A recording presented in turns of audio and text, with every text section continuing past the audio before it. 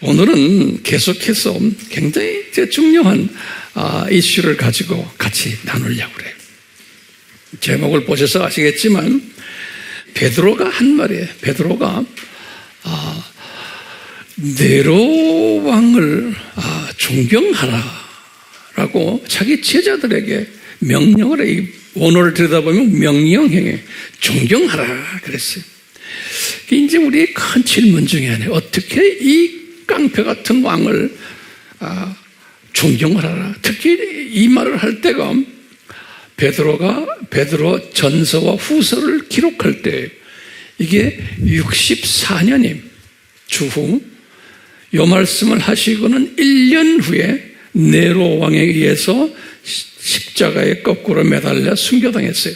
65년에 본인이 순교당하기 1년 전에 다 알았어요. 순교당할 것을. 그것뿐이 아니라 그 64년 주후 64년에 네로 왕이 엄청 기독교인을 핍박한 고해가 64년이에요. 뭐냐면 이 네로 왕이 로마 도시를 불살아버렸어요. 그래서 그 유명한 로마 도시의 화재 사건이라고 그래요. 64년에. 그러면서 자기가 이제 음악을 틀면서 즐겼던 그러한 영화에도 나오잖아요. 그게 64년에. 이때 많은 사람들이 죽었는데, 사람들이 네로 왕에 대해서 불평을 하니까 네로 왕이 뭐라고 그랬냐면 기독교인들이 불을 살렸다라고 이제 거짓말을 했어요. 그래서 수 없는 기독교인들을 그때 로마의 콜로세움에서 사자의 밥이 되게 하고 또 이런 식 저런 식으로 해서 살해를 한 사건이 로마 화재 사건이에요. 한번 들어가서 구글에 쳐보면 그게 64년이에요. 로마 화재. 이럴 때 베드로 전서를 썼는 거예요. 이걸 쓸 때 누구한테 썼냐면 터키 지방에 흩어진 자기 제자들이 옛 예루살렘 교회 교인들 중에 다 흩어져서 본도, 갑보도기아, 아시아, 비두니아, 갈라디아. 그래서 이제 베드로전서 1장 1절에 그 이름이 나와요. 수신자가 누군가. 이 사람들은 터키에 흩어져 있는 순교자 그룹들이에요. 이 사람들에게 편지를 쓸 때 64년에 얘들아 너희들 들었지? 이 로마 화재 사건, 그래서 수 없는 기독교인들이 지금 살해당했지? 이런 소리 들었지? 그러면서 베드로가 뭐라고 그러냐면 그 네로 왕을 존경하라는 거예요. 기가 막힌 말을 하는 거예요. 네. 여기 말씀에 보시면 여기 지금 베드로전서 2장 13절에서 이제 17절까지 여기 주후 64년에 이제 베드로가 쓴 글이에요. 보면 인간의 모든 제도를 주를 위하여 예수님을 위하여 순종하되 혹은 왕이나 또는 관원들이나 이런 총독들이나 이런 자들을 위해서 이런 분들을 다 순종하라는 거예요. 왜냐하면 이런 사람들이 하나님의 종들이라는 거예요. 기가 막힌 말하는 게 하나님의 종들이라는 거예요. 이 악한 사람들인데 그러면서 이런 여러분들 지금 그 배경을 보세요. 기독교인들을 핍박하는 로마 정부의 왕들과 관리들인데 이런 사람들을 향해서 하는 말이 잘 들으세요. 뭐라고 그러냐면 하나님의 종들이라는 거예요. 누가 이런 말해요? 핍박을 받고 있는 베드로가 자기 팀들에게 이야기하는 거예요. 이게 제정신이에요? 네? 우리 인간의 이성으로는 이게 이해가 안 되는 말이에요. 그렇기 때문에 이 기독교인들 중에 두 그룹의 기독교인들이 있어요. 여기에서 지금 보면요. 최소한 세 그룹인데 두 그룹 중에 뭐냐? 악한 왕들은 우리가 무찔러야 된다라고 하는 그룹이 있냐면 다음에 또 한 그룹은 소수지만 요 악한 왕들이라도 요 놈들도 요 악한 왕이 예수님의 종이다 이렇게 생각하는 그룹이 있는 거예요. 특히 베드로는 어느 그룹이요? 이 악한 왕이 예수님의 종이라는 거예요. 우리가 들고 있는 성경에 그렇게 써 있는 거예요. 근데 여기 우리 교인들 중에서도 마찬가지예요. 악한 왕은 무찌러야 된다라고 보는 사람들이 있어요. 그런 사람들은 우리 아미교회 교인으로서 자격이 있어요?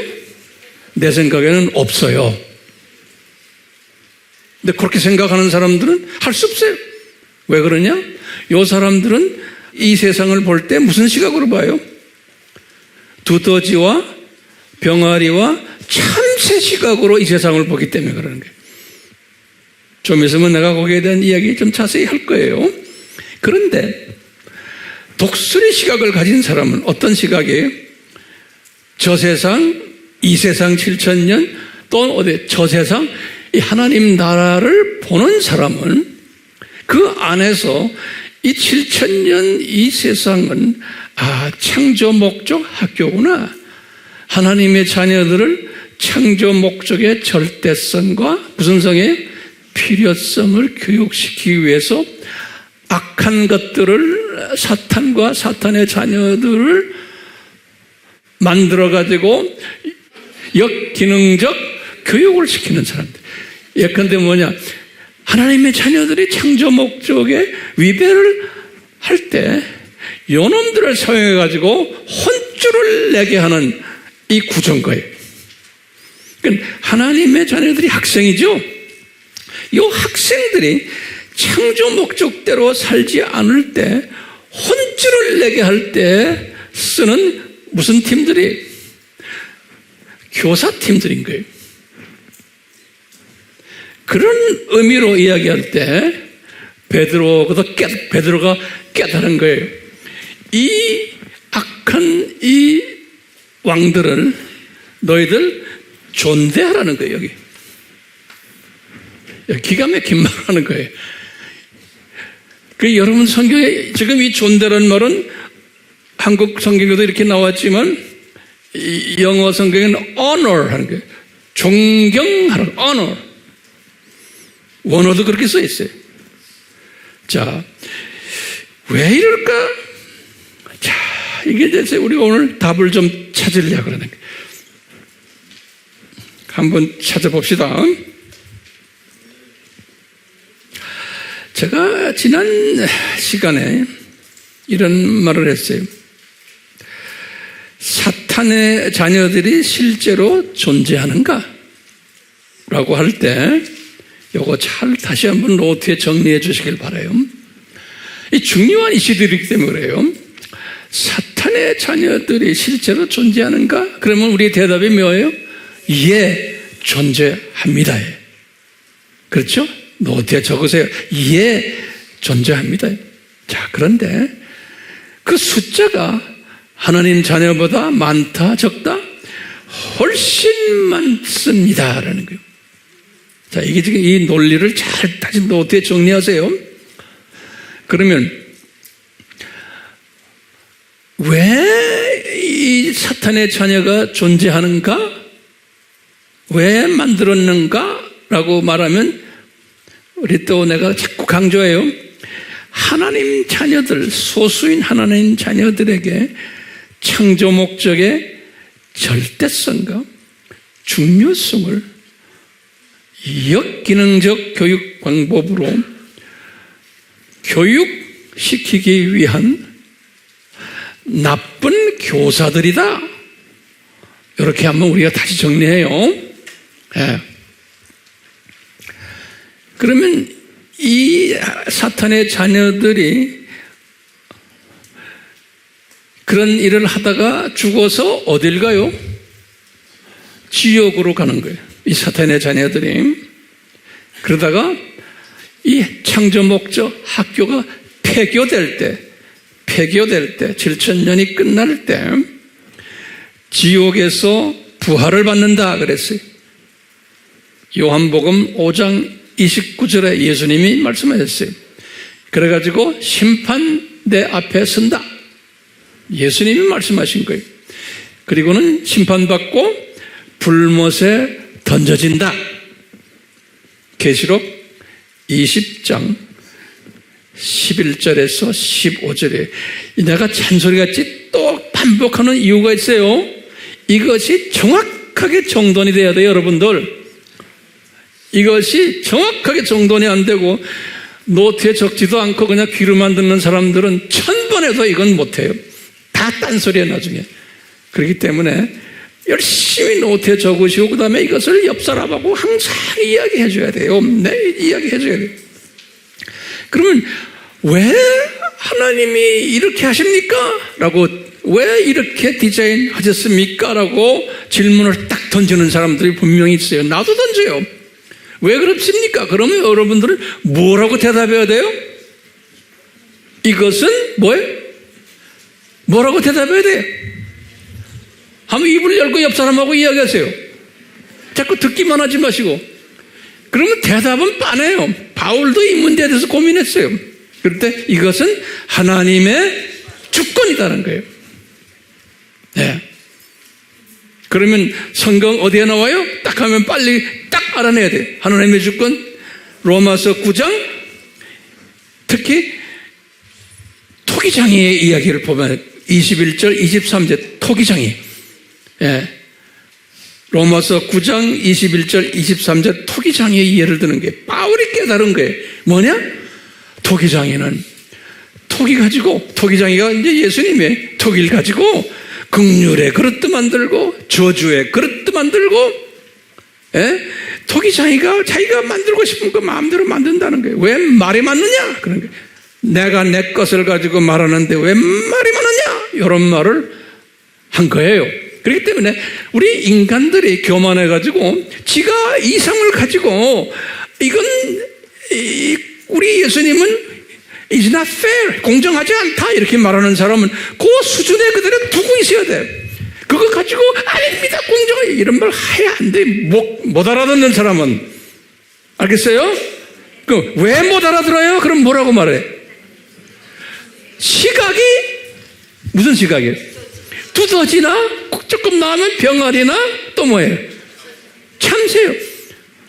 이분들은 시각이 우리가 그렇게 표현하는 것은 시각이 이 땅만 쳐다보고 있는 사람. 병아리는 24시간 땅만 쳐다보고 있어. 두더지도 땅만 쳐다보고 있어. 참새도 위에 날랐지만 땅만 먹을 것만 찾아다니고. 이런 시각을 가진 사람은 이 큰 독설의 시각을 소화해요? 못해요? 못해요. 못하는 사람한테 죽으라고 설명해야 안 되는 거예요. 그럼 어떻게 돼서 저 사람은 저렇게 못해요? 그러면 뭐라고 말해? 은혜가 없구나 라고밖에 결론을 내지 못해요.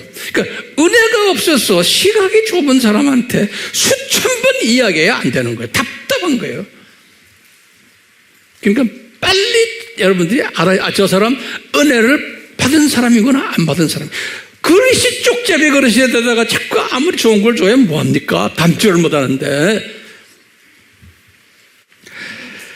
자, 여기에 대고 또 이제 지난 시간에도 우리 좀 말했지만 다시 한번 좀 정리해봐요. 이 중요한 신학 이론들이에요. 예. 자, 하나님의 자녀가 예정되었습니다. 이런 이야기를 우리가 지난번에 했어요. 중요한 이슈들이에요. 그렇다면은 똑똑한 사람은 질문이 딱 나오는 거예요. 그렇다면은 전도할 필요도 없네요. 또 선교할 필요도 없네요. 전도는 내 민족한테 하는 거예요. 선교는 타 민족에게 복음 전하는 거예요. 하나님의 자녀가 예정됐는데 뭐하라? 전도합니까? 뭐하라? 선교합니까? 그럴 필요가 없네요. 내가 우리 지난주에 보니까 댓글에 한 분이 그거 질문 던졌더라고요. 똑똑한 사람이. 그럼 전도할 필요가 없네요. 똑같은 말. 근데 내가 설명했는데 그 사람이 그런 질문을 거기다 던져놨어. 왜냐면 똑같은 말을 들어도 말귀를 못 알아듣는 사람이 있어요. 그러면 여러분들이 그걸 딱 보면은 답글을 좀 많이 써줘야 돼요. 써주는 사람이 딱 정해 있어. 한두 사람이야. 내가 보면요. 나머지 분들은 뭐 하는 거요? 그 답답하지 않아요? 그러니까 예수님 앞에 이런 사람에게 내가 아는 것을 나눠야 되겠다는 하트가 없기 때문에 주님이 여러분들의 기도를 들어줄까요? 내 생각에는 안 들어줘요. 하트가 없어. 그런 질문이 딱 있을 때 내가 자세히 설명해주고 하는 그런 하트가 없는 거예요. 그냥 남의 일처럼 생각해. 자, 다시 좀 정리해요. 제가 요새 지금 다루는 이 이슈들은 굉장히 중요한 이슈들이기 때문에 제가 이렇게 열을 내는 거예요. 열 내도 괜찮죠? 네, 대답은 잘해. 네. 자, 보세요. 왜 하나님의 자녀가 예정되었다면 전도와 선교 필요 없네요? 그러면 뭐라고 대답해야 돼요? 실은 필요 없습니다예요. 왜요? 필요 없죠. 왜요? 예정됐는데 뭐하러 전도합니까? 뭐하러 선교해요? 우리가 일본 선교 왜 해요? 다 예정됐다는데. 맞는 말이에요. 필요 없어요. 그런데 예수님이 말씀하시는 거예요. 내가 전능한 하나님이기 때문에 내가 내 자녀들을 다 내가 추수할 수 있다. 너희들 필요 없다는 거예요. 필요 없어요. 그런데 내가 너희들에게 파트너 잡을 줄게. 그러는 거예요. 너희들 내가 할 수 있는데 너희들에게 내가 짭을 줄게. 그러니까 성령님으로 옷 입혀줄게. 그러면 너희들이 나의 파트너가 될 수 있다는 거예요. 예.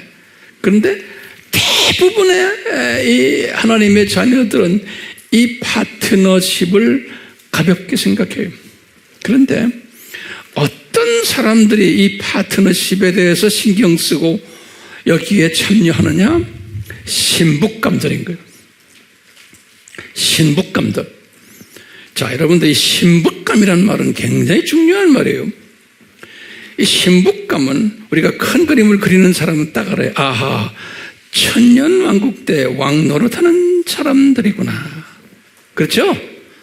성경 구절 어디 나와요? 계시록 20장 4절과 6절에 천년왕국 때 왕 노릇하는 사람들, 이 신부감들이 그뿐 아니라 신천신지에서도 왕 노릇하는 사람들이구나. 예정된 사람들이에요. 신천신지에서 왕 노릇한다는 말은 계시록 21장 24절 22장 5절에 딱 나와요. 왕 노릇한다. 신부감으로 예정된 사람은 뭐해요? 이 사람들은 예수님의 동력자 역할을 하도록 성령님이 인도해 주세요. 네. 신부감으로 예정된 사람은. 그래서 예수님께서는 이런 사람들을 예수 그리스도의 대사다 그래. 대사란 말이 뭐예요? 엠바세더. 암바사더를 대사라고 그러죠? 고린도후서 5장 20절에 그랬어요. 또는 예수님의 신부들이다. 계시록 19장 7절에서 10절이요. 우리가 예수님의 신부가 되지 않아도 다 구원받아서 낙원 가요. 그렇지만 요 예수님의 신부감으로 이 동력자 역할을 하는 분은 은혜로 이분들은 로얄 계층들이에요. 로얄 계층들.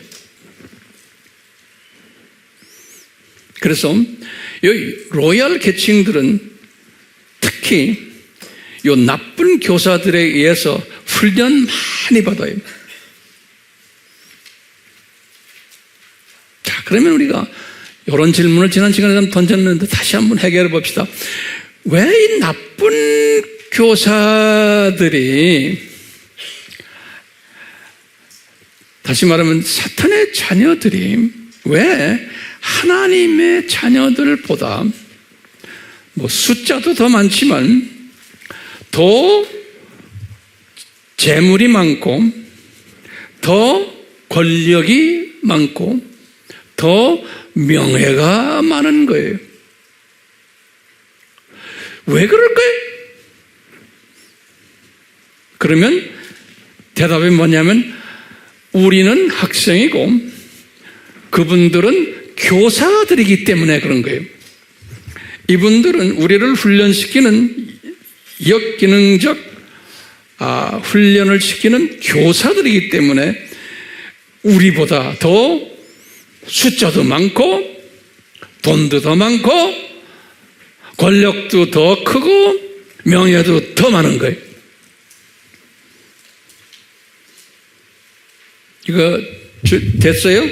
이 논리를 정돈됐어요? 자, 그러면 역기능적 교육을 시키기 위해서라는데, 자, 그러면 무슨 교육입니까? 어떤 교육입니까?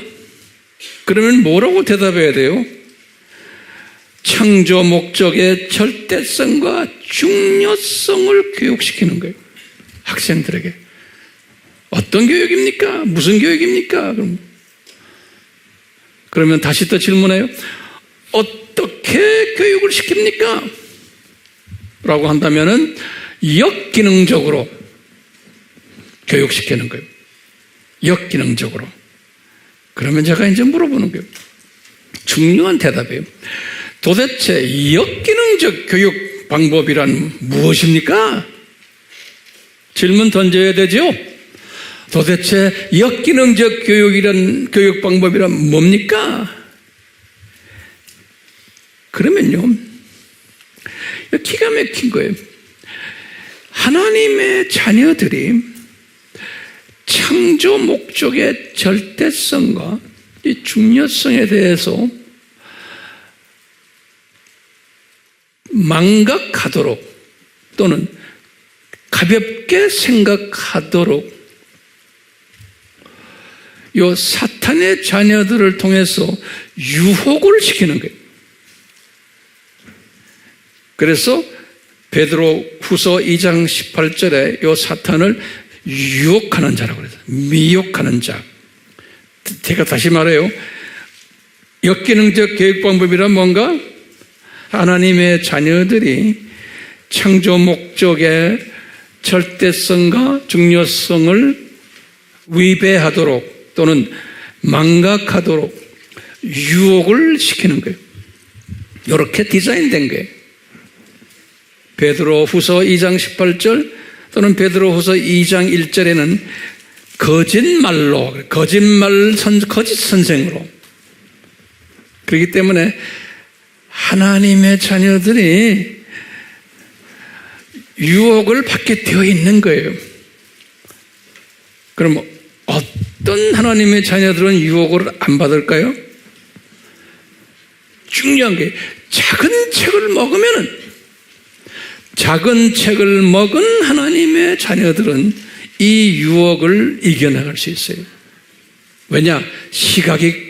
독수리 시각이 되기 때문에 그런 거예요. 그래서 작은 책이 뭘까요? 삼위일체론 기독론, 이것도 복음주의적 삼위일체론 기독론. 굉장히 중요해요. 그 다음에 뭐예요? 복음주의적 하나님 나라론. 저 세상, 이 세상, 저 세상. 그래서 이 세상은 무엇입니까? 그 책에 다 나와요. 그 다음에 종말론. 복음주의적 종말론을 알아야지만 이놈들이 유혹을 할 때, 거짓으로 가르칠 때 내가 이겨나갈 수 있는 거예요.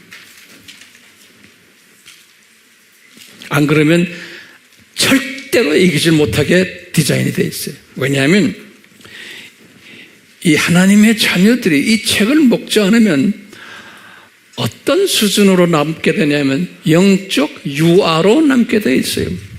영적으로 하나님의 자녀지만 영적 유아들이기 때문에 그냥 속임당하게 되어 있어요. 그래서 이 사실을 구약에서 이스라엘 역사를 통해서 우리에게 보여줘요. 그림자로, 예표로. 이스라엘 이 역사를 통해서. 그래서 이스라엘은 이것을 가르치는 조교팀이다. 제가 항상 강조하죠. 알다시피 이스라엘 사람들이 창조 목적의 절대성과 중요성을 무시하거나 이렇게 하고 잘 하지를 않기 때문에 아수르 제국을 불러가지고 혼쭐을 내는 거예요. 722년에 또 바벨론 제국을 통해서 586에 그뿐이 아니라 로마 제국을 통해서도 로마 제국이 63년에 일어났지만 주후 70년에 로마 제국을 통해서 5대 저주를 받게 된 거예요. 이스라엘이. 그러니까 이스라엘이란 저 나라가 하나님의 자녀들의 예표들이거든요. 신약에 나타날 하나님의 자녀들의 예표로 구약의 이스라엘을 보여준 거예요. 그러니까 이스라엘 사람들이 보니까 창조 목적의 절대성과 중요성에 다시 말해 수직계명에 이 수직계명을 그렇게 훈련받고 말씀 들은데도 그대로 안 하는 거예요. 그러다 보니까 아수르 제국, 바벨론 제국, 로마 제국에 의해서 5대 저주를 70년에 받고 이런 일들이 일어난 거예요. 이것을 신약 시대에 기독교인들이 이렇게 될 것을 미리 예표로 보여주신 거예요.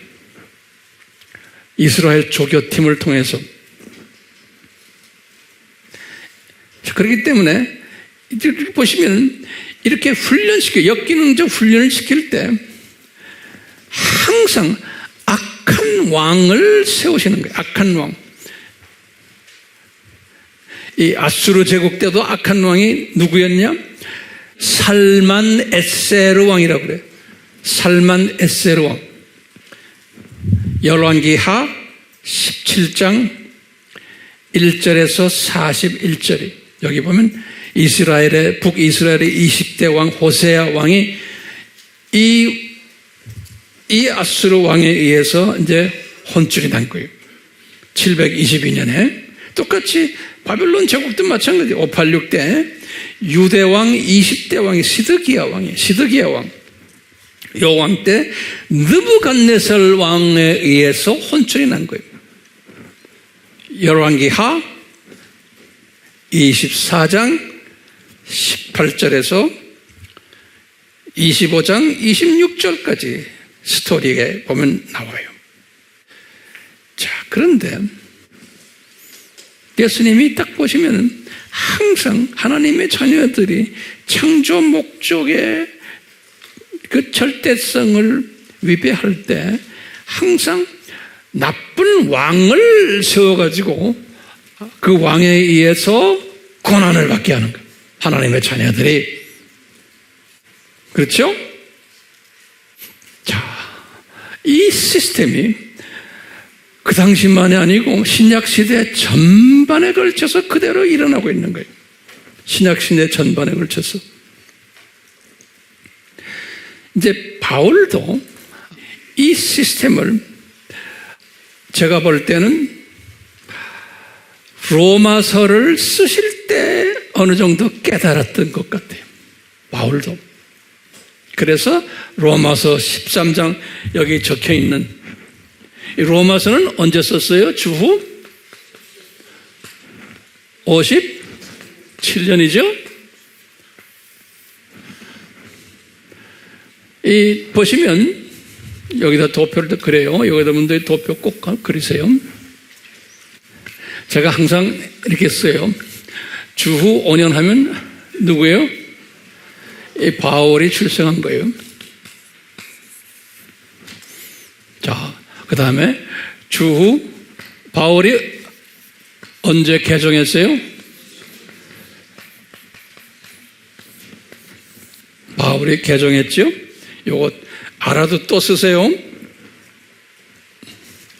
바울이 언제 풀타임 사역을 했어요? 안디옥 교회에서 45년이에요. 그리고는 46년에서 48년까지 이분이 1차 선교 여행을 했어요. 그 다음에 50년에서 52년에 2차 선교여행했어요. 그리고 53년에서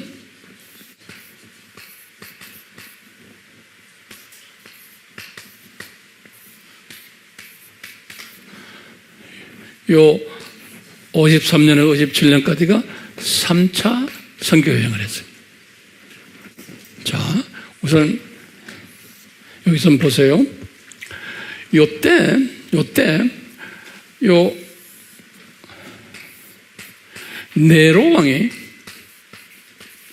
네로 왕이 54년부터 네로 왕을 했어요. 그래가지고 이분이 68년까지 네로 왕이에요. 이 네로 왕이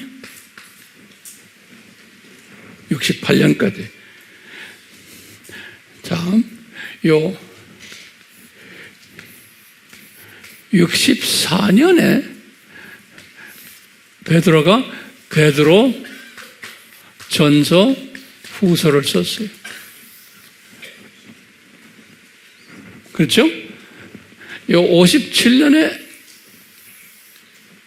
뭘 썼어요? 로마서를 바울이 썼어요.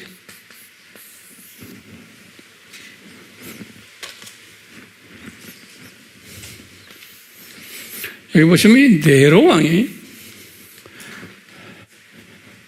여기 이제 65년에 베드로가 십자가 거꾸로 매달려 죽었어요.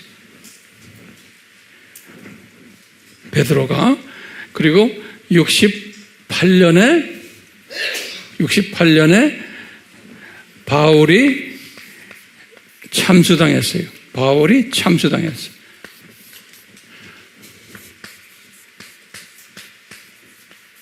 이 도표를 먼저 다 우리가 저처럼 외우셔야 돼요. 자, 보세요. 지금 네로 왕이 기독교인들을 가장 핍박했던 왕 중에 대표적인 왕이 네로 왕이에요. 이때 바울은 3차 여행을 열심히 할 때예요. 예, 이 터키 지방과 그 다음에 주께서 마게도니아 그리스 지방 열심히 다니면서 교회 개척하고 사역할 때예요. 그때 네로 왕이 딱 눈을 뜨고는 저 바울 저놈 죽여야지 내가 이럴 때예요. 그 다음에 베드로 저놈도 죽여야지. 그러다가 그런 상황 속에서 지금 로마서를 쓸 때 한참 네로 왕이 까불 때예요. 로마서를 쓸 때 예수님이 바울에게 바울아 너를 핍박하는 네로가 누군지 아느냐 그런 거예요. 오케이? 그 말씀이 지금 저기 나오는 거예요. 로마서 13장에 뭐라고 그래요? 뭐요? 바울이 말하는 거예요. 바울이 깨달은 거예요. 자기를 지금 죽이려고 하는 그 왕을 보고 각 사람은 위에 있는 권세자들에게 이게 지금 누구한테 바울이 쓰는 거예요? 로마에 있는 크리스천들을 향해서 쓰는 거예요. 그러니까 로마라는 그 큰 도시에 거기에 네로가 있잖아요. 너희들 네로한테 지금 핍박 많이 받고 있지? 그 엄청난 깡패 같은 그 왕이 누군지 아느냐라고 말해주는 거예요, 바울이. 그 깡패 못된 왕 네로 그 사람이 누군지 아느냐? 로마에 있는 자기 제자들에게 말하는 거예요. 그게 뭐냐? 권세들이 있고 이 권세들에게 복종하라는 거예요. 모든 권세는 하나님으로부터 나왔다는 거예요. 여기 보면 하나님께서 정하신 것이라는 거예요. 하나님께서 정하신 거예요. 예. 거기 보면 영어 책으로나 ordained by God, ordained란 말은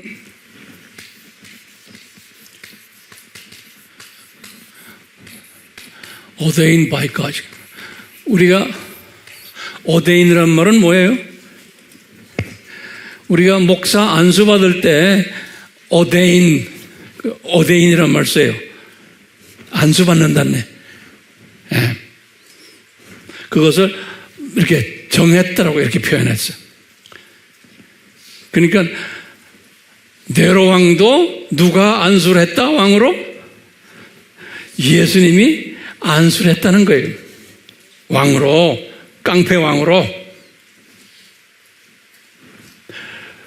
그러므로 권세를 거스르는 자는, 네로 왕에 대해서 뭐라고 하는 사람은 하나님의 명을 거스림이니 거스르는 자들은 심판을 자취하리라 그래요. 네. 자, 그러면 보세요. 바울이 주후 57년에 이것을 깨달은 거예요.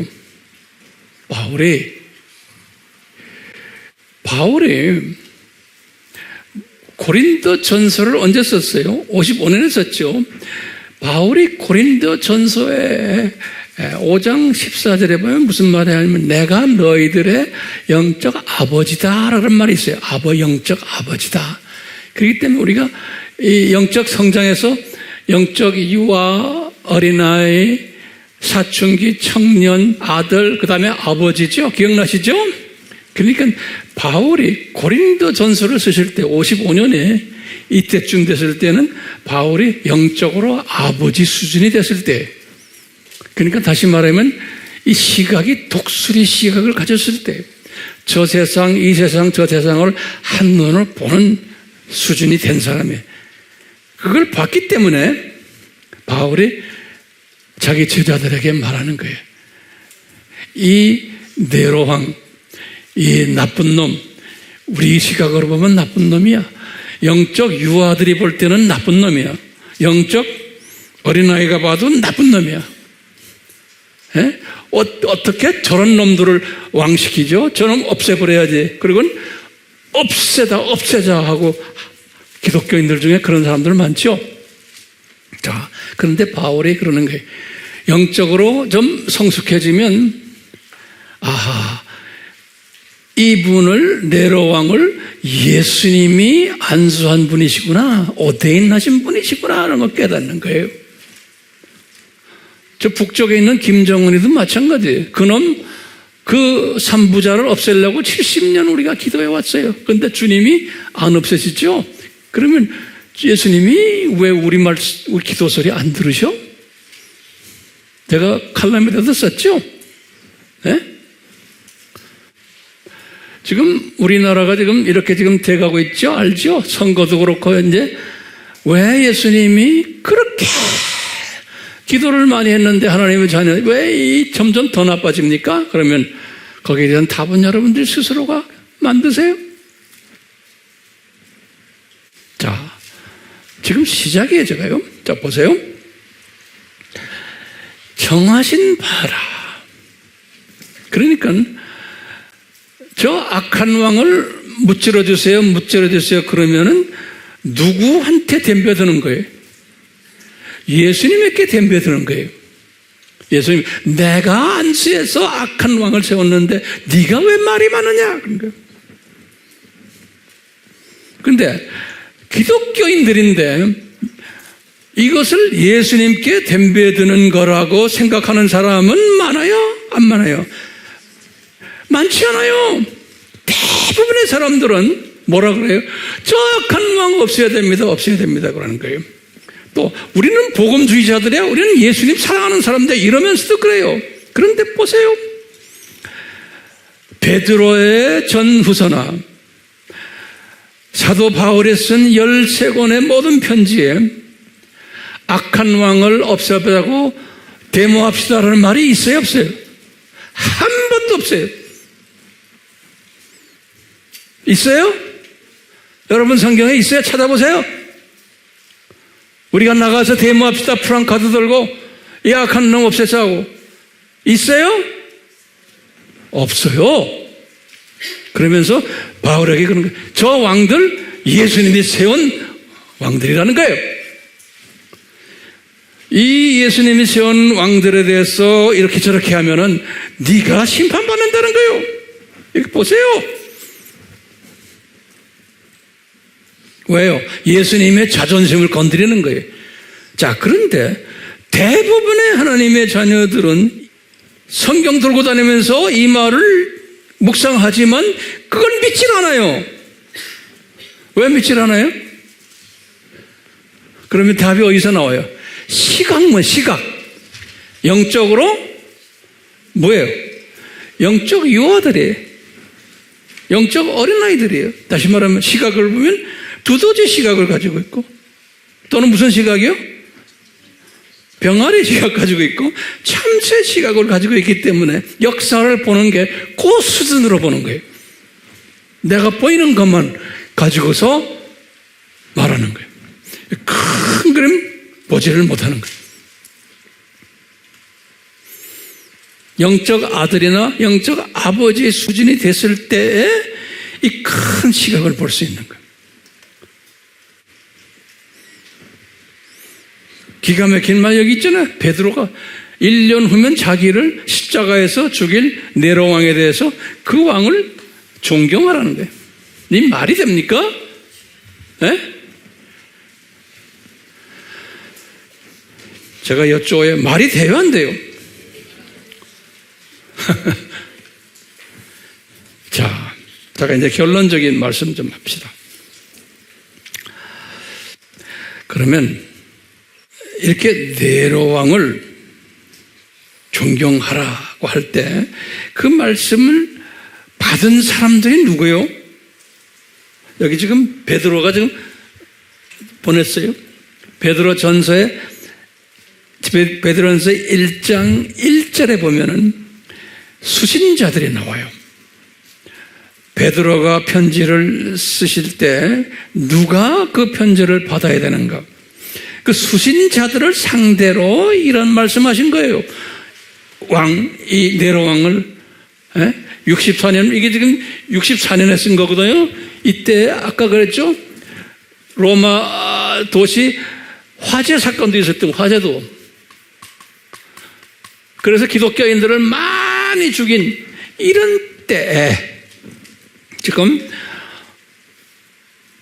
수신자들이 누구예요? 베드로전서 1장 1절에 보면 이 흩어져 있는 내 제자들아, 그러니까 옛날 예루살렘 교회 출신들 중에 선교사처럼 흩어진 사람도 있어요.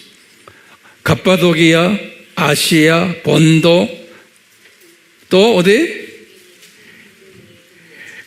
갈라디아, 비두니아, 여기로 흩어진 선교사 그룹들. 이 선교사 그룹들에게 지금 말하는 거예요. 이분들도 고민인 거예요. 자기네들도 지금 핍박 가운데 있고, 또 로마에서 일어난 이 사건들 좀 보고 있고, 우리 선생님도 곧 이제 순교당할 것을 다 아는 거예요. 이런 가운데 이 우리를 괴롭히는 이 주체되는 이 네로왕, 저 새끼를 존경하라? 이게 말이 됩니까? 안 되죠. 저 새끼라고 그래서 미안해요. 그래야 좀 실감될 것 같아. 자, 그러면 베드로 전서를 쫙 보면은 거기에 답이 있어요. 왜 존경해야 되는지. 제가 베드로 전서를 쭉 섭렵하다 보면, 그러면 그 세 가지 목적이 있어요. 왜 존경해야 되는지. 그런데 이 존경을 해야 되는 사람들이 누구냐? 모든 기독교인들이 아니에요. 모든 기독교인들은 해당이 안 돼. 그 중에 신북감 기독교인들에 해당되는 말이에요. 다시 말하면 이 독수리 시각을 가진 기독교인들에게 해당되는 말이에요. 나머지 기독교인들은 아무리 말해도 그것을 수용을 못해요. 자, 그러면 이 독수리 시각을 가진 신북감 기독교인들에게 왜 왕을 존경하라고 했는지에 대한 이유를 세 가지를 이렇게 보여주세요. 제가 말씀을 쭉 보다 보니까요. 다 이분들에게 혜택이 있기 때문에 그런 거예요. 이분들에게 혜택. 첫 번째 혜택이 뭐냐면 베드로전서 1장 6절 7절에 해답이 나와요. 베드로전서 1장 6절에서 7절을 딱 보면 그래요. 얘들아, 너희들의 이 믿음의 시련이, 그랬어요. 믿음의 시련이, the trial of your faith, 그랬어요. 믿음의 시련, 이 어려움이 너희들이 신복감이 되도록 은혜 베푸는 선물이다. 이 믿음의 시련이 있어야지만 너희들이 신복감이 될 수 있단다. 그러면서 설명한 게 그러게요. 너희들의 믿음의 시련이 불로 단련된 금보다 더 귀하게 된단다. 그러면서 중요한 말이 있어요. 예수 그리스도께서 나타나실 때, 그런 말 썼어요. 1장 7절에. 이게 뭡니까? 예수님이 나타나실 때가 언제요? 공중재림. 그렇죠? 공중재림 때에 예수님께서 나타나실 때 너희들이 칭찬과 존귀와 영광을 받게 하려 함이라 그랬어요. 그럼 여기 가만히 보세요. 제 말 잘 들으세요. 오늘 좀 있으면 이제 이분들이 낙원에 있다가 예수님과 같이 내려올 거야, 안 내려올 거예요? 이분들이, 그렇죠? 이분들이 지금 낙원에 있어요. 이분들이 예수님이 지상재림, 공중재림 할 때 예수님 따라서 내려오는 사람들이에요. 예수님이 그리스도께서 이 세상에 공중재림할 때 너희들이 이제 칭찬과 존귀와 영광을 받게 된단다. 그러니까 뭐가 된다는 거예요? 신복감이 된단다. 그렇기 때문에 너희들을 신복감 만들려고 지금 네로 왕을 내가 이렇게 사용한단다. 아멘이요? 너희들을 신복감 만들기 위해서. 자, 그럼 오늘날도 우리에게 네로가 있어요. 그건 좀 이따가 이야기할 거예요. 오늘날 우리에게 닥쳐오는 네로가 있어요. 그러면 우리를 신복감 만들기 위해서 이 네로를 허락하셨구나 라고 봐야 되는 거예요. 자, 두 번째 혜택이 뭐냐? 베드로전서 1장 23절, 24절 쭉 나와요. 신부감들에게 이 신부들아, 이 믿음의 시련을 통해서 너희들이 누구라는 것을, 다시 신부감들의 이야기에 너희들이 누구라는 것을, 너희들의 정체성을 확인시켜 주기 위해서라는 거예요. 그걸 그러면서 이 정체성 확인을 몇 가지로 쭉 설명을 해요. 하나하나 보시겠어요? 자, 첫 번째는 너희들은 썩지 아니할 씨를 받은 하나님의 자녀들이라는 거예요. 너희들은 썩지 아니할 씨, 스페르마죠. 우리 알죠? 이 씨를 받은 하나님의 자녀들이라는 거예요. 베드로전서 1장 23절이에요. 또 요한 1서 3장 9절에서 10절입니다. 그 다음에 두 번째 우리의 정체성을 뭐냐면 너희의 모든 육체는 풀과 같다. 그리고 너희의 모든 영광은 풀의 꽃과 같다. 그래서 풀은 마르고 꽃은 진단다. 이것을 깨닫게 하기 위해서라는 거예요. 다시 말해요. 지금 신부들에게 얘기하는 게 모든 기독교인이 아니에요. 신부들아, 너의 모든 육체는 풀과 같다. 그리고 너의 영광은 풀의 꽃과 같다. 때가 되면 풀은 마르고 꽃은 진단다. 베드로전서 1장 24절에 이 말씀하죠. 네. 지금 이 흩어진 이 베드로의 제자들, 신복감 제자들이 이제 이것을 깨닫는 거예요. 이것을 깨닫게 하기 위해서 네로 왕을 통해서 우리에게 이렇게 힘들게 하는구나. 그리고 살인, 협박까지 하는구나. 이것을 보여주는 거예요. 그러면서 계속해서 또 말해주는 거예요. 베드로전서 2장 9절에 그러면서 이 신부감들아, 그러면 너희들은 택하신 족속이다. 특별한 chosen 하나님의 자녀들이다. 신부감으로. 그리고는 왕같은 제사장들이다. 이 다 듣는 말이죠. 대부분의 교회들은 뭐라고 말해요? 모든 기독교인이 다 왕같은 제사장이고 전부 왕이면 그런 백성은 어디 있어? 이렇게 가르치는 거예요. 잘못 가르치는 거예요. 이것은 신부감들에게 이야기하는, 이 핍박받는 신부감들에게 너희들은 택하신 족속들이고 왕같은 제사장이고 거룩한 나라들이다. 그리고 나의 소유된 백성이고 그 다음에 긍휼을 얻은 자들이고 그 다음에 너희들은 이 세상 나그네고 순례자다. 베드로전서 2장 9절에서부터 11절까지 말하는 거예요. 그러니까 네로를 통해서 어려움을 당할 때마다 너희들은 이거 확신해라. 너희들은 썩지 아니할 씨로 선물 받은 하나님의 자녀들이고 니네들의 육체는 풀과 같고 그 영광은 꽃과 같고 너희들은 택하신 족속들이고 왕같은 제사장이고 거룩한 나라고 하나님의 자비를 얻은 자들이고 너희들은 이 세상의 나그네고 순례자란다. 이것을 가르쳐주기 위해서 누구를 보내주셨다? 네로를 보내주셨다.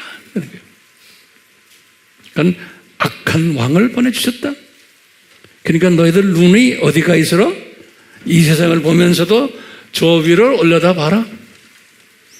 저희 독수리 시각을 가지라는 거예요. 그런 의미에서 지금 네로가 필요하단가? 라는 것을 말해주는 거예요. 마지막으로 이제 세 번째로 베드로전서 5장 8절에서 쭉 해서 9절 10절까지 베드로전서 5장 8절 9절 10절에 뭐라고 말하냐면 내 신부감들아 너희들은 이 믿음의 시련을 통해서 너희들이 더 온전케 되고 더 굳게 되고 영어로 그래서 온전 더 퍼펙트하게 되고 더 굳게 되고를 더 스트롱하게 되고 그 다음에 더 강하게 되고 영어로는 firm이라고 그래서 firm F-I-R-M firm하게 되고 그 다음에 더 경고케 된다 이렇게 말했어요. 그러니까 이 네로를 통해서 너희들이 시각이 저쪽으로 올라가 있기 때문에 이제는 너희들이 더 온전케 되고 굳게 되고 강하게 되고 경고해야 된다는 거예요. 그렇기 때문에 이렇게 되기 위해서는 너희들이 정신 차리고 깨어있게 된다는 거예요. 5장 8절에. 그 다음에 5장 8절에 또 그랬어요. 그 유명한 말이죠. 너희 대적 마귀가 우는 사자와 같이 둘이 다니며 3일째를 찾는데 그놈이 그런 짓 한다는 것을 아는 거예요. 그런데 5장 9절에 니네들이 입만 열고 그놈들을 쫓아내면 이놈들 도망간단다. 36개 한단다. 그런 말을 써놨어요. 네? 이걸 통해서 네로 왕을 통해서 이 세 가지를 지금 보여주는 거예요. 근데 모든 기독교인들에게는 아니에요. 제가 이야기합니다. 신부감 기독교인들에게 보여주기 위해서 이런 지금 악한 왕 네로를 사용한단다. 그런 거예요. 베드로도 깨달은 거 아니에요. 그렇죠? 그래서 이제 베드로가 그럼 하는 말이 그렇기 때문에 이 왕을 존경해라. 그런 이 네로를. 자, 그러면 이게 굉장히 중요한 그 질문이 하나 있는데, 왜 존경해야 해요? 거기다 노트에 크게 좀 써놨어요. 왜 존경해야 하는가? 답을 좀 우리 같이 찾아봅시다. 첫 번째는요, 뭐예요? 네로를 통해서 우리가 지금 아주 훌륭한 신부감 되도록, 아까 말한 첫 번째, 두 번째, 세 번째 혜택을 주는 일을 해주기 때문에 네로를 우리가 존경해야 된다는 거예요. 두 번째는 이 네로는 스스로가 네로 역할을 하는 게 아니에요. 예수 그리스도의 종의 역할을 하는 놈이에요. 우리가 예수 그리스도의 종을 꼭 좋은 사람만 이야기하는 게 아니에요. 나쁜 왕들도 예수 그리스도의 종로로서 한다고 성경에 기록되어 있어요. 아까 본 느부갓네살 왕 있죠? 이 사람도 예레미야에게 말했어요. 예레미야 43장 10절에 예수님의 종이라는 거예요. 예수님이 시키는 대로 예수님의 지시에 의해서 움직이는 놈이라는 거예요. 바로 왕도 예수님이 바로 왕의 마음을 완악하게 한 거예요. 출애굽기 4장 21절, 또 출애굽기 7장 3절에, 그러니까 바로 왕이나 느부갓네살 왕이나 이 네로 왕은 다 예수 그리스도의 종들인 거예요. 그러니까 예수님의 종들이기 때문에 우리가 존경해야 되는 거예요. 이해가 되세요? 예. 예수 그리스도의 종이 사탄든 마찬가지예요. 예수 그리스도의 종들이다. 예? 자, 보세요. 그런 의미에서 나쁜 놈들이지만 예수님의 장중에서 움직이기 때문에 예수님을 존경하는 사람은 이놈들도 예수님의 명령에 의해서 움직이기 때문에 우리가 존경하는 거예요. 예수님 때문에 지네 멋대로 하는 놈들이 아닌 거예요. 예수님의 지시에 의해서 움직이기 때문에. 그래서 이제 세 번째는 왜 존경해야 되느냐? 예수님의 장중에 있는 악한 교사들인 거예요. 그러니까 우리가요, 예수님은 만유의 통치자 되시잖아요. 마태복음 28장 18절에 만유의 통치자예요. 요한복음 3장 35절에 만유의 통치자예요. 그러니까 사탄까지도 예수님의 장중에서 다 움직이는 거예요. 그런 의미에서 우리가 예수님을 우리가 존경해야 되기 때문에 예수님의 장중에 있는 좋은 분이나 악한 놈들이나 다 우리가 존경해야 되는 거예요. 어떤 의미에서 존경해요? 예수님이 만유의 통치자라는 차원에서 우리가 존경해야 되는 거예요. 그러니까 분명히 말했죠. 예수님이 정하신 거예요. 지금 로마서 13장 2절에. 그렇기 때문에 예수님이 정한 그 악한 왕이라도 악한 종이라도 우리가 함부로 대하면 안 되는 거예요. 그 속에는 예수님의 장중에 예수님의 뜻이 숨겨져 있구나라는 것을 우리가 알아야 되는 거예요.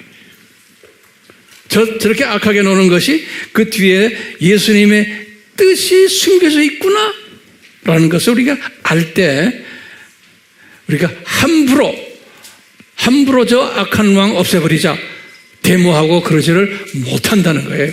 그런데 이것은 신부감 사람들이 가지고 있는 세계관이에요. 어려워요? 어려워요? 안 어려워요? 나도 말해놓고는 내가 지금 나도 정신이 없어요. 왜냐하면 이거 소화하기 힘들어. 왜냐하면 많은 사람은 이거 소화 못해요. 지금 뭐 각 나라마다 있지만 우리나라도 뭐 악한 놈들 없애자 그래가지고 데모도 하고 뭐도 하고 많이 했죠. 그것도 예배 드리면서 많이 했잖아요. 그거 그렇게 했는데 더 악해졌어. 이거 어떻게 우리 해석해요? 네? 자, 그러면 여러분들, 이제 마지막 결론이, 오늘날의 네로는 누굴까? 지금 이 네로는 1세기 때의 악한 왕이에요. 지금 오늘날은 예수님의 재림이 가까운 때는 네로, 그 네로는 아무것도 아니에요. 네로보다 훨씬 강한 네로를 오늘날에 예수님이 디자인하셨어. 그 악한 네로를 예수님이 뭐라고 그래요? 이미 요한에게 보여줬어요. 요한계시록 13장 1절에서 18절 우리 알죠? 두 짐승 세력이에요. 이 악한 네로를 이미 예수님이 디자인하셨어요. 그런데 이 1세기 때 네로하고는 말도 안 돼. 이건 엄청난 네로예요. 두 짐승 세력이에요. 그러니까 1세기 때 네로는 단순한 악한 놈이에요. 그런데 지금 재림 전에 이 네로는 아주 복잡한 악한 놈이에요. 그 안에 속임수도 들어있고 미혹도 들어있고 혼돈도 들어있고 이래요. 글쎄 여러분들 거기다 좀 적어보세요. 두 번째 짐승과 첫 번째 짐승 알죠? 첫 번째 짐승 모양을 요한이 딱 본 거예요. 딱 보니까 계시록 13장 2절에서 딱 보니까 이 짐승이 어떻게 생겨먹었나? 딱 보니까 표범처럼 보였대. 표범같이. 이 표범이라는 것은 뭐예요? 감풀하지 잘하는 놈이. 그렇죠? 그 속임수가 능한 거예요. 진짜 가짜 구별이 잘 안 되는 거예요. 감풀하지만 잘해요. 이 표범은 다른 동물하고 달라서는 땅에 서 있는 동물도 잡아먹지만 나무 타고 올라가서도 막 새도 잡아먹어. 네. 이런 의미에서의 표범이에요. 그런데 요한이 딱 보니까 모양은 표범인데 표범은 아주 스피디하죠. 속도도 빠르죠. 그 발은 곰의 발 같다. 곰의 발. 곰의 발은 엄청 한번 밟히면 끝나죠. 네. 곰의 발 같고 입은 사자 입 같다 그랬어요. 한번 물리면 끝나는 거예요. 이렇게 첫 번째 짐승이 누구라고는 내 이야기 안 해요. 여러분들 다 제가 때가 되면 아주 자세히 공부를 할 거예요. 그리고는 두 번째 짐승을 딱 보여주는데 13장 11절에 이 두 번째 짐승은 어린 양처럼 보이는데 용의 말을 하는, 그러니까 아주 혼돈스러운 이런 모습을 요한에게 보여줬어요. 그러니까 오늘날 이 짐승은 아주 네로왕처럼 이렇게 단순한 짐승이 아니고 아주 악한 짐승이에요. 그렇기 때문에 오늘날 우리가 살고 있는 우리는 정말 이 큰 시각을 가지고 분별력을 가지고 요 작은 책을 제대로 철저하게 먹어야지만 이 짐승의 정체성을 알 수 있고 요 짐승의 유혹을 이길 수가 있어요. 그리고 요 짐승이 앞으로 어떻게 될 것까지도 다 알게 되는 거예요. 무슨 짓 하다가 어떻게 될 것까지 다 알게 되는 거예요. 그거 다 예수님이 보여주셨잖아요. 그러니까요, 요 두 짐승은 예수님의 재림 전에 산고들을 일으키는 주체들이라는 걸 이제 우리가 알게 되는 거예요. 신부감들은 아는 거예요. 일반 기독교인들은 잘 몰라요. 신부감들은. 예. 그리고는 아까 신부감들에게 세 가지 혜택을 준 것처럼 우리가 이 짐승 등을 통해서 이 세 가지 혜택들을 우리가 받게 돼요. 이 두 짐승을 통해서 우리가 이 혜택들을 받아요. 우리도요. 그 혜택들이 뭐였어요? 예? 우리가 신부로서 뭐예요? 이 믿음의 실현을 통해서 신부감이 되는 혜택이고, 두 번째는 무슨 혜택이에요? 우리의 신부들의 정체성을 확인하는 혜택이고, 세 번째는 이 신부들을 더욱 온전케 붙잡아주는 이 혜택이. 그러니까 우리가 이 두 짐승을 이 신부감 수준에서 이 짐승을 딱 보면서 이 세 가지 혜택을 우리는 누리게 되어 있어요. 조건이 있어요. 작은 책을 먹어야 되는 거예요. 이 작은 책을 먹은 사람은 우리가 이 혜택을 누리게 돼 있어요. 이 두 짐승을 보면서. 조금 어렵죠? 어렵지 않기를 바라요. 자, 제가 이 중요한 결론이 몇 개가 있어요. 오늘날 보면요, 우리가 살고 있는 오늘날에 이 두 짐승을 볼 때 세 종류의 기독교인들이 있어요. 첫 번째 종류의 기독교인은 뭐냐면 시각장애자들이에요. 시각장애자들. 못 보는 사람들, 눈이 감긴 사람들, 하나님의 자녀인데. 그러니까 이 사람들은 뭐냐, 대부분의 사람들이 뭐냐, 두 짐승의 존재도 모르는 거예요. 두 짐승에 대해서 무감각하게, 또는 보질 못하니까 두 짐승에 대해서 부정적이, 어디 그런 게 있습니까? 그러면서 자기도 모르게 이 두 짐승의 가르침에 순종하며 따라가는 사람들이 기독교인들인데, 이 그룹이 엄청 많아요. 제가 볼 때는 진보적인 소위 이 자유신학을 하는 사람들, 다원주의 사람들이 다 이런 데 속하지 않나 보고 있어요. 두 번째 크리스찬 그룹들이 있어요. 이분들은 뭐냐? 두더지 시각이, 병아리 시각이, 참새 시각자들의 시각을 가진 기독교인들이에요. 이 사람들은 두 짐승을 이렇게 지금 보고 있어요. 이 악한 짓 하는 거. 오늘 우리나라에도 지금 그런 일도 일어나고 있잖아요. 이런 걸 보면 이 사람들은요, 밤잠을 못 자는 거예요. 억울해서. 네? 이 악한 놈들이 왜 이렇게 나쁜 짓 하고, 돈 뜯어가지고 있고, 권력 남용, 소위, 선거도 조작거리 막 하고, 더 세상이 악해지는 걸 보고는 이분들은 막 괴로워하는 거, 괴로워해서. 그래서 밤잠 못 자는 사람 많아요. 제가 내 학교 동창들 그 카톡방에 보면 잠을 못 잡니다. 뭐 별난 소리 다 나와. 이번 선거 때문에. 네. 자, 예수 믿는 사람이나 안 믿는 사람이나. 그러니까 예수 믿는 사람들은, 이런 시각을 가진 사람들은 뭐예요? 우리가 광화문에 나가서 싸워야 된다. 국회의사당 앞에 가서 싸워야 된다. 그래서 이놈들을 무찌러야 된다고 보는 거예요. 왜 예수님이 이놈들을, 악한 놈들 그들을 허용한가? 우리가 이렇게 기도하고 이렇게 금식하고 했는데 왜 안 들으십니까? 이게 정말 미치고 환장하겠습니다 라고 하는 소위 좋은 기독교인들이에요. 착한 사람들이에요. 그런데 뭐가 문제예요? 시각이 문제인 거예요. 왜 이런 시각을 가지게 되나요? 은혜가 없지만, 작은 책을 먹지 않으면은 이런 시각을 가지게 돼요. 작은 책을 먹지 않으면은, 그것도 적당히 먹으면 그래요. 아무리 작은 책을 먹어도 적당히 먹은 사람들은 시각이 요 시각이 주변만 보는 거예요. 보이는 것만 보는 거예요. 보이는 것만. 이런 기독교인들, 복음주의라고 하는데도 이 수준에 머물러 있는 사람 굉장히 많아요. 그러면 황 목사님, 세 번째는 어떤 사람들입니까? 여러분들은 이 세 번째 대라고 제가 지금 이렇게 외치는 거예요. 그것도 은혜를 받아야 돼요.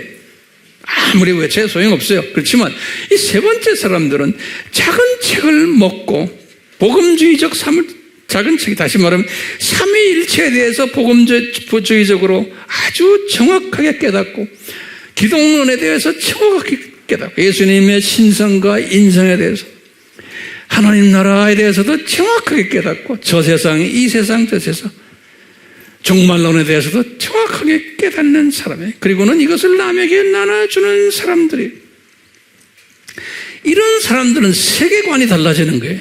세계관이 달라져요. 보는 시각이 크니까.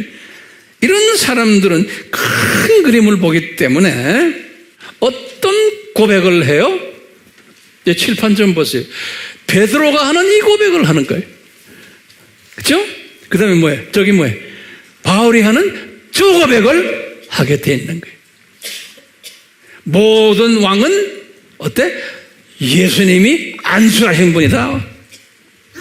그러니까 악한 왕인데도 그분을 존경하라. 이렇게 나오는 거예요. 근데 이것은 아무라되는 게 아니라는 게 내가 강조하죠. 예?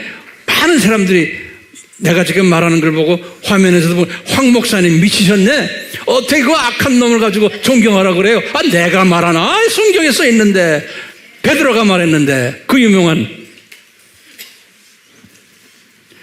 자, 그러면 이제 뭐라고 우리는 대답해야 돼요? 우리는요, 이 세 가지의 사람들이 지금 오늘날 우리와 같이 공존하고 있어요. 그런데 이 세 가지 사람들 중 다수는 이 독수리의 시각을 가지고 있지 않다는 것을 우리는 알아야 돼요. 다수가. 우리는, 최소한 저는 소수 그룹이에요. 우리라 그러면 여러분들 다 아니라고 저는 생각해요. 제 말이 틀렸어요? 이렇게 말해도 딴 이야기 하는 사람이 있어요. 그게 왜 그럴까요? 은혜가 없어서 그런 거예요. 은혜. 그렇기 때문에 이 소수인 독수리 시각자들은 예수님이 그랬어요. 너희들은 어떻게 살아라? 내 재림 전에, 내가 재림하기 전에 어떻게 살아라? 분명히 가르쳐줬어요. 분명히 뭐라 가르쳐줬어요? 마태복음 24장 14절에 이 천국복음이 모든 족속에게 전파되리니 그제서야 끝이 오리라. 이 말씀 하시면서 예수님이 뭐라고 그랬어요? 24장 13절 잘 견뎌라. 이 말을 너희들 견디기 힘들다. 제정신으로는 견디기 힘들다. 이 예수님의 디자인인 거예요. 제정신으로는 안 된다. 그러니까 잘 견뎌라. 그리고는 깨어나라. 준비하라. 외쳐라. 우리 제가 수천 번 이야기하죠. 그러면서 주님이 그랬죠. 절대로 다투지 말아라. 유익이 없다. 못 보는 사람한테 자꾸 말해야 소용없는 거예요. 디모데후서 2장 23절에서 26절에 디모데가 유언으로 남겨놓은 말이에요. 절대로 다투지 말라고 해. 보지 못한 사람한테 100번 이야기해야 됩니까? 다투야 그건 헛짓하는 거고 유익이 없다는 거예요. 자, 오늘의 제 결론이 뭘까요? 우리가 주변에 밤잠 못 자는 사람들을 위로해 줘야 되지만 우리 위로 가지고는 안 되는 거예요. 가만 놔두든지 이 말씀을 다시 한번 좀 설명해 주든지. 거기다 이제 우리는 황 목사님 그러면 알겠어요. 그럼 우리 일본 선교는 무슨 목적으로 합니까? 그러면 답은 여러분들이 알아요. 일본의 예수님의 이 신부감으로 준비되신 분들이 분명히 여기저기 있어요. 우리 누군지 모르지만 이 신부감들을 주님이 우리에게 이제 붙여주실 거예요. 그러면 우리는 이분들에게 신부감이 단단한 신부감 되도록 독수리 시각자가 되도록 잘 인도해 주는 거예요. 그게 우리 사명입니다. 그러면 이분들 중에 금방 깨닫고 독수리 시각자로 참여하는 분이 있냐면 죽으라고 해도 안 되는 사람이 또 있어요. 그러면 어떻게 해야 돼요? 죽으라고 해도 안 되면 포기해야 돼요. 예. 그러니까 이런 우리 영분별력을 가져야 돼요. 그러니까 우리는 최선을 다하는 것 뿐이에요. 최선을 다하는 그 모습을 주님이 보시고서 우리를 이뻐하는 거지. 우리를 통해서 일본 사람들이 다 독수리 시각자 되라. 내 생각에는 그게 잘 쉽지가 않을 것 같아. 그렇지만 분명히 그 안에 그런 사람들이 있어요. 우리 아미교회 안에도 아직도 독수리 시각자가 안 돼서 딴소리 하는 사람이 있다고 그래요. 나한테 그래요. 누가 셀 모임 하다 보면 그런 사람이 있대요. 목사님 놀래요. 우리 교회도 그런 사람이 있어요. 그러는 거예요. 그래서 내가 그 말 듣고 할렐루야 그랬어요. 왜? 당연히 있어야 돼. 왜냐? 우리 교회라 그래서 다 시각이 같은 게 아니에요. 같이 기도합시다. 예수님, 오늘 이 정말 힘든 주제인 네로왕, 이분에 대한 이야기를 나눴습니다. 주님, 우리에게 은혜를 베풀어 주셔서 이 네로왕, 이분을 왜 존경해야 되는지를 조금이나마 소화할 수 있도록 도와주시니 감사합니다. 부탁드리기는 우리가 더 큰 독수리 시각으로 업그레이드 되어 이 네로왕 사건과 또 지금 일어나는 모든 이 두 짐승 이 사건들을 통해서 우리 예수님의 뜻이 정확히 뭔지를 깨닫고 이것을 주변 형제 자매들에게 잘 나눠주는 그런 복된 자들 되기를 소원합니다. 오 성령님이시오, 성령님이시오, 부족한 저희들을 사용하셔서 이루시고 영광 홀로 받아 주시옵소서. 예수님의 이름으로 기도드리옵나이다. 아멘.